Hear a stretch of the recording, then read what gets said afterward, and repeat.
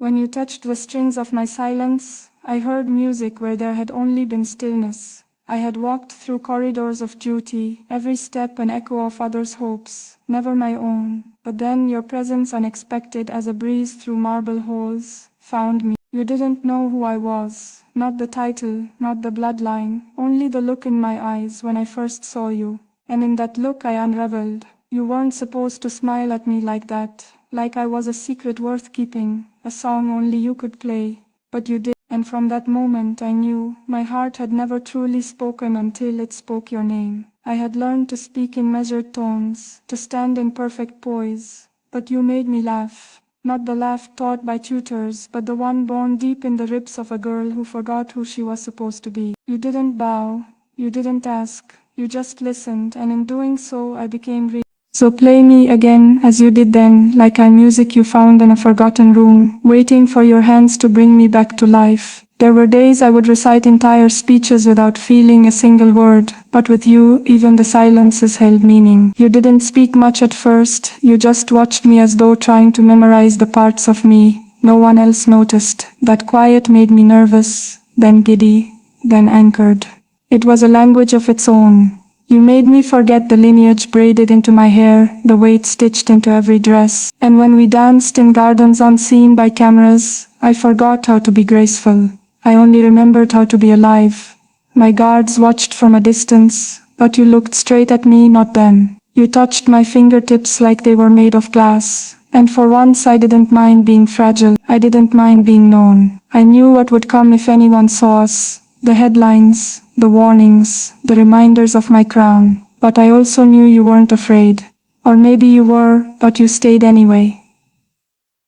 You didn't ask me to run, didn't promise me a world without rules. You simply said, let's make this moment ours. And we did, and it was enough. And now I'm here, aching for you to play me again. There's a song I hum that no one else recognizes. It's the sound your laughter left behind in the corners of my mind. Every note of it is stitched into the quiet moments, when I sit beneath the weight of history, and pretend I'm not lonely. But I am, not because I'm unloved. I am loved by millions, but their love is ceremonial. Yours was chaos, warmth, breath. When you touched me, it wasn't careful. It was reverent. You didn't treat me like something to possess.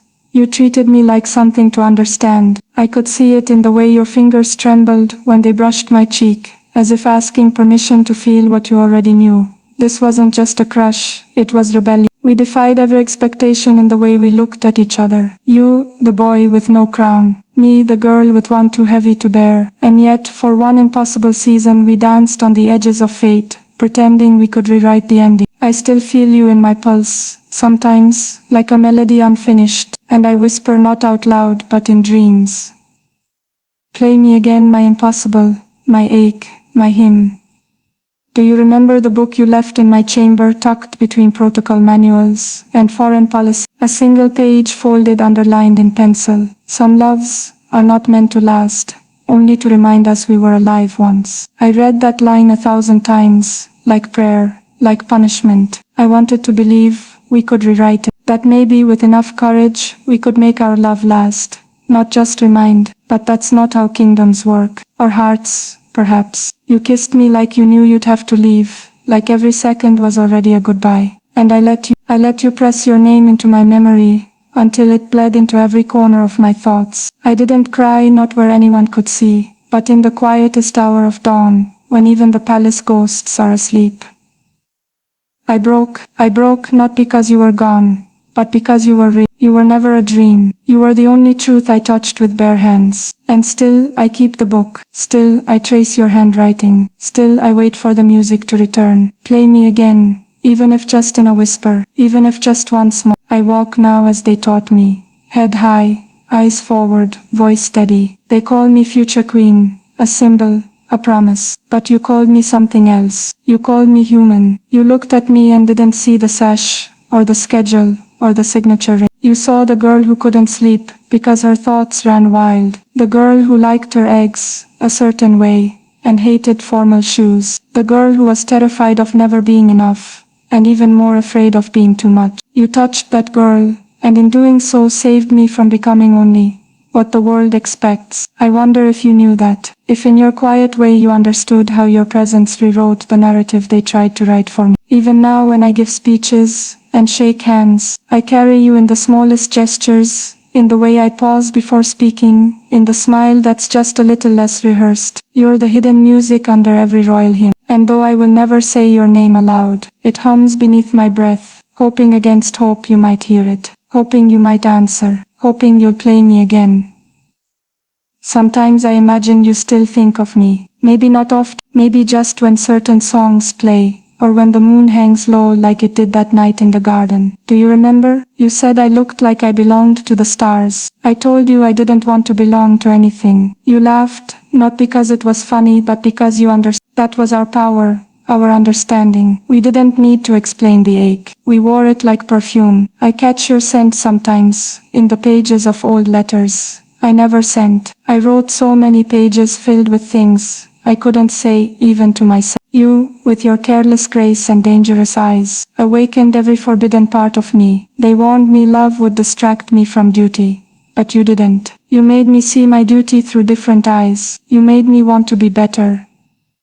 Not for a country but for you, for us. That perhaps was the most dangerous thing of all. And now I sit with folded hands, smiling for cameras, aching for the day I'll hear you say what I need to hear. Those three sacred words, play me again.